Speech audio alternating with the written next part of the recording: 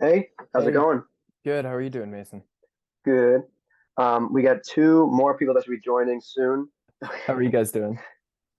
Pretty good. How about How, yourself? doing good. First one I, like to start with was one of my professors, one of my first professors at Southern started with this question that, I think is a good way to start, which is just what's your first political memory? Like the first memory you have that's politically related.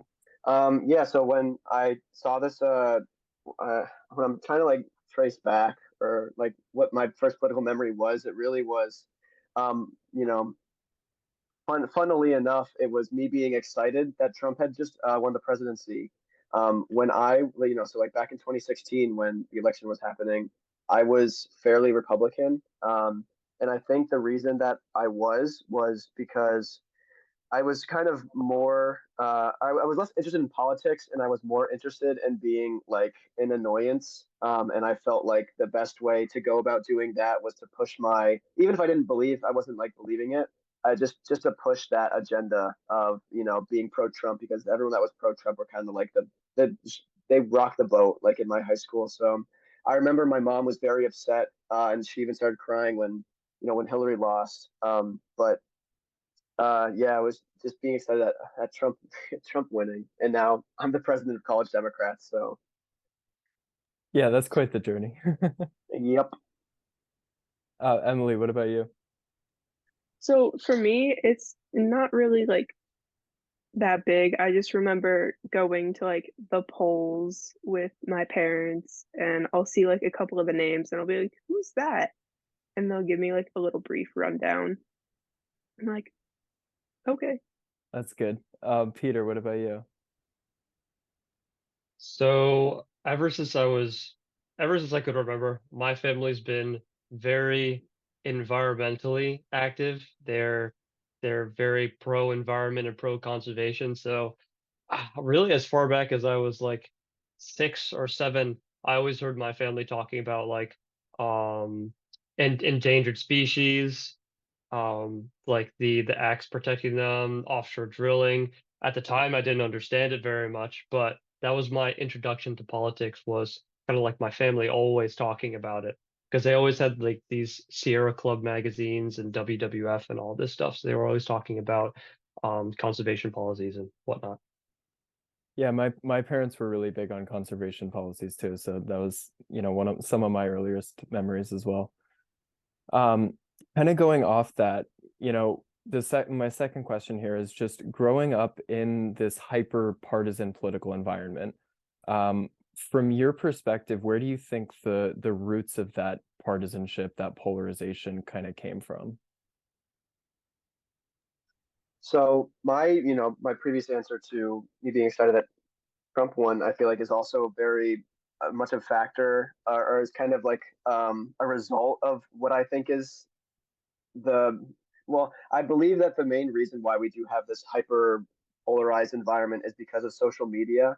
And with social media, we've been given more opportunities to follow those that we like more and to disregard those that we don't, because with just the news, when the only way that people could get updated on the news was when the newspaper came to their door, or when one of two channels that they had on their TV was talking about um you know politics. There wasn't a whole lot of room for polarization because to be a well reported news outlet, you needed to remain unbiased. But now we have all the channels to follow whatever social media outlets that we want, and sometimes that those will get far more right leaning, and as you kind of remain in that echo chamber, and your own little political bubble, you start to only listen to that ideas, and it's kind of like you're just all talking at each other and not listening to any other ideas. So this is not social media does not create a very good environment for like discourse or like for compromise. It kind of creates the perfect environment for only staying in your own bubble. Yeah, it feels like it kind of just warps reality, right? You know? Yeah. Emily? I kind of just have the same thing like Mason said it very well. Yeah, that was a good answer, Mason. Peter? Definitely agree with Mason. I also think because of the bipartisan system, it makes it so easy to just for one side to just point their finger at the other and get a bunch of people to do the same. It makes it very two-sided, and that mixed with social media and the echo chamber, I feel like the bipartisan system bolsters that. Like it exemplifies it. Yeah. So how much do you feel today? How much impact do you feel that you have as an individual on the process of government? So like selection of candidates, debating policies or having politicians hear your concerns. Um, to put it quite bluntly, I feel like I don't really have any say outside of local elections, which I just actually got my ballot today for my local election for the 2023, which I'll be filling out shortly. But yeah, I feel like campaign finance is more looked at and not really your own like constituents because politicians don't need to worry about their constituents if they're constantly getting a reliable in-source or a source of income from all of these donors that they bend over backwards for. So I feel like with the electoral college, I don't feel like my vote counts. Donald Trump did not win the popular vote, but he still won the electoral vote, so he was made president. Same with George W. Bush. He did not win the popular vote, but because of the whole state of Florida, that whole debacle, Al Gore lost. So it's kind of like time and time again that people have showed that they want a certain person as president, but because of the system our forefathers have placed, it's kind of like it completely disregards us. So, and especially with the judicial process too, like we don't have any say on who is instituted as a Supreme Court justice. You could make the argument that we vote for the politicians that vote for the Supreme Court justices, but even that is completely polarized. So it's like I feel very disregarded even in just trying to do something as simple as vote for my president. Yeah. Emily, what about you? Where do you feel about on that question? Yeah, I feel like the same way also as Mason. Like, I don't feel like my voice counts that much. I'm also pretty new to getting into like politics and all that. Like, the only time I have voted so far has been in one town election. One, that's because I'm like young on the younger side, but two, I didn't like really see the full need to go vote when I knew like in the end of the day, it my one vote didn't make much of a difference. Yeah, you kind of feel like you knew it was going to happen. Peter, what about you? Honestly, I think my main thing is the electoral college. Yeah, because of that, I really don't feel like my vote matters that much because it really doesn't matter what the people vote in that case. It's kind of whatever representatives put in. Also, um, lobbying. It doesn't matter if I support this person or don't support this person because of lobbying and support from donors really doesn't matter. Yeah. Do you feel that choose one voting, so the traditional voting system is a big contributor to that? Like, does that allow you to vote honestly, or does it kind of leave you feeling like you're voting strategically a lot of the time? Yeah, so this is another result, or not result, but another thing that's fueling I feel like why so many people feel like they're being disregarded is because of the choose one voting. So, like Peter was saying earlier, we only have a dual party system. We certainly still do have other parties that appear on ballots in some states, in some cases, but these are few and far between. And even when they do appear on the ballot, it's not like, and they're not going to get any real sizable number to make a difference. The last time that happened was with Ralph Nader, and that was one of the main reasons why Al Gore lost the presidency. But um, and that was like that's an outlier completely. That's like the only time I can even think of a third party making headway. So even I voted for the Green Party just recently because I felt like that was more true to my interests. But even as I was filling in that bubble, I felt like, why am I felt like I know like I'm casting this vote essentially to just go right in the waste bin. So um, I feel like choose one voting has disincentivized people from choosing who they feel like they actually respond with more or resonate with more rather, because you need to vote for who you think will win. And at the end of the day, it's Democrats and Republicans have been the only parties that win. So it's like, why would you even want to vote for a third party if you know they're not going to win? Emily, do you feel like kind of the same way on that?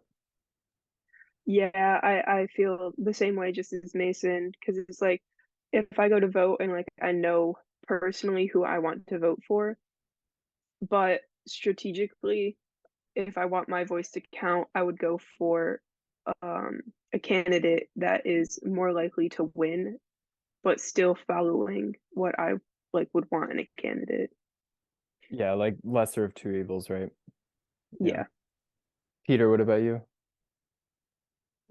Personally, I would always love to vote for anyone who's on the Green Party, but I have never done that because I know that the Green Party doesn't really hold that much sway. It's usually either Republican or Democrat. So, and I want my voice to do something as much as I agree and align the most with the Green Party. So then it comes down to that lesser of two evils mentality that I have to choose every time. Yeah. So it sounds like a couple of you guys might like the Green Party more, but this question was specifically about like as Democrats, how do you think that ranked choice voting would impact candidate policy selection within the Democratic Party itself? I know that at least in the state of Connecticut, Democrats might feel a little intimidated by the thought of ranked choice voting. They've been the superpower in this area for so long. They're almost a shoe-in at every single one of their elections.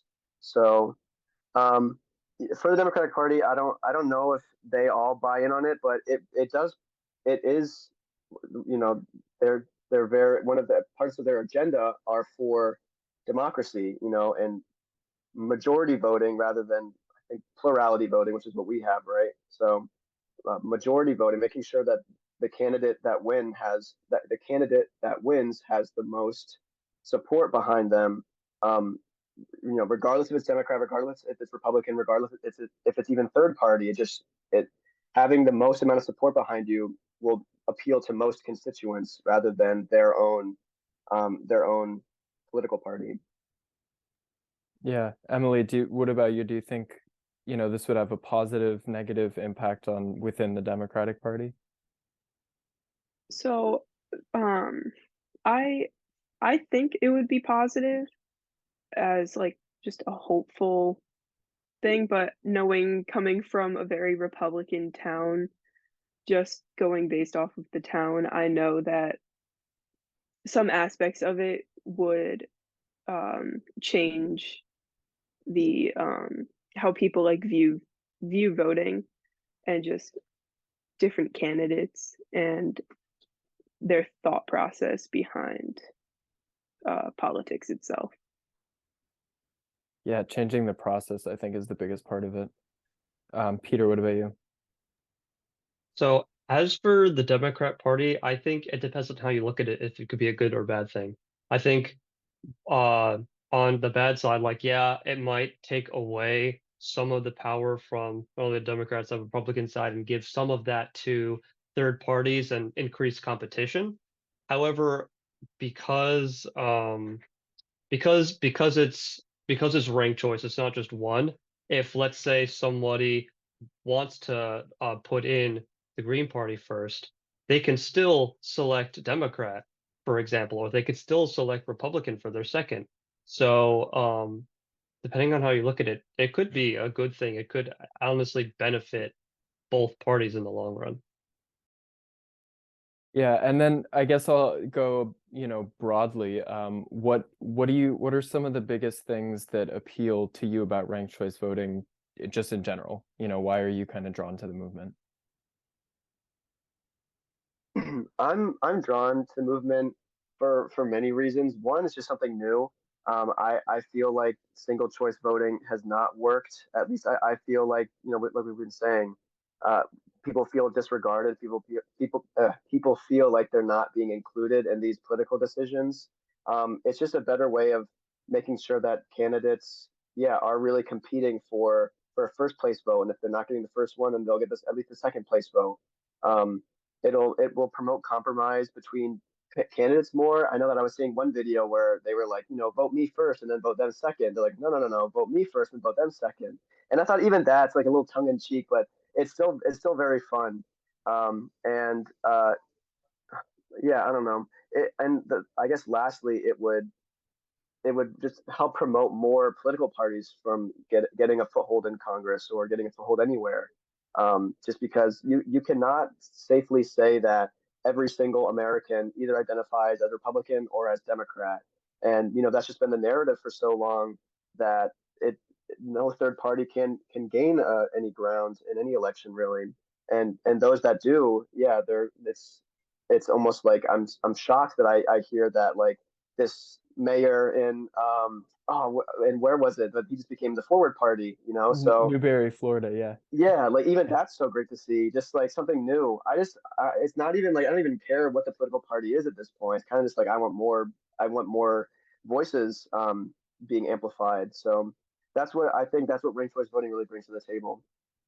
Yeah, even here in Connecticut, it's like 41% of voters are independent. And if there's more competition between new parties too, like that forces the Democrats and the Republicans to do better. They're going to be putting forth better candidates too.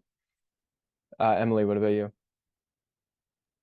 Yeah, it's definitely like an overall. So the candidates themselves would have to put in more work and really connect with the voters to get those votes, even the first or second votes.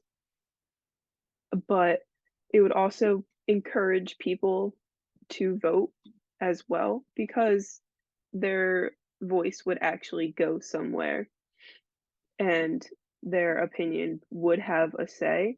And as young voters, I feel like having a ranked choice voting system, it would get more people like involved on being like politically active, not even in the Democrat or Republican parties, but like just more as a broad whatever party, a new party maybe.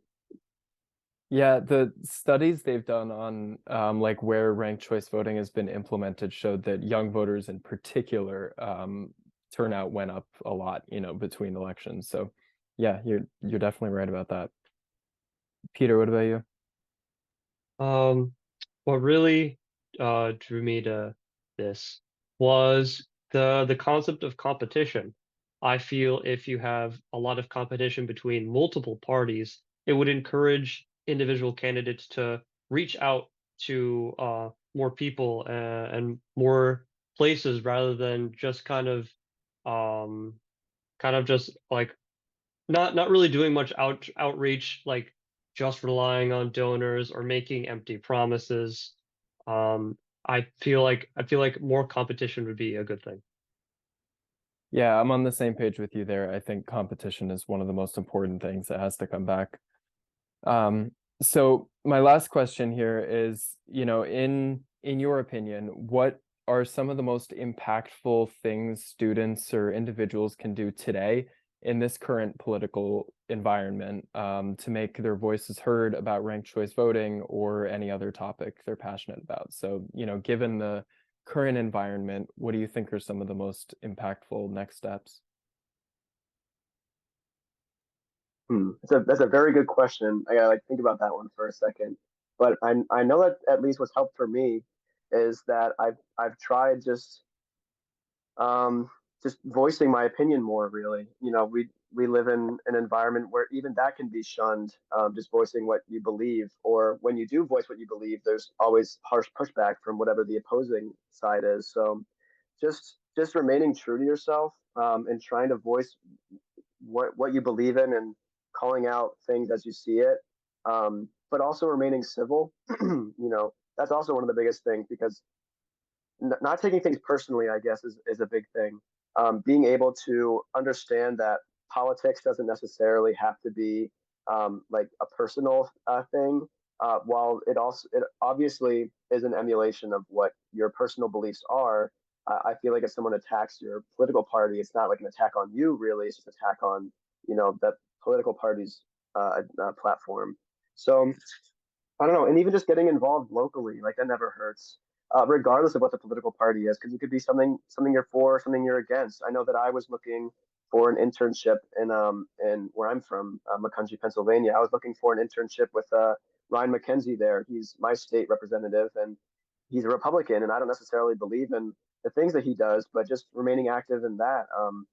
I think I'd understand a lot more about government. I'd get to understand a lot more about a political party that I'm not too well versed in, at least in the internal stuff that they do.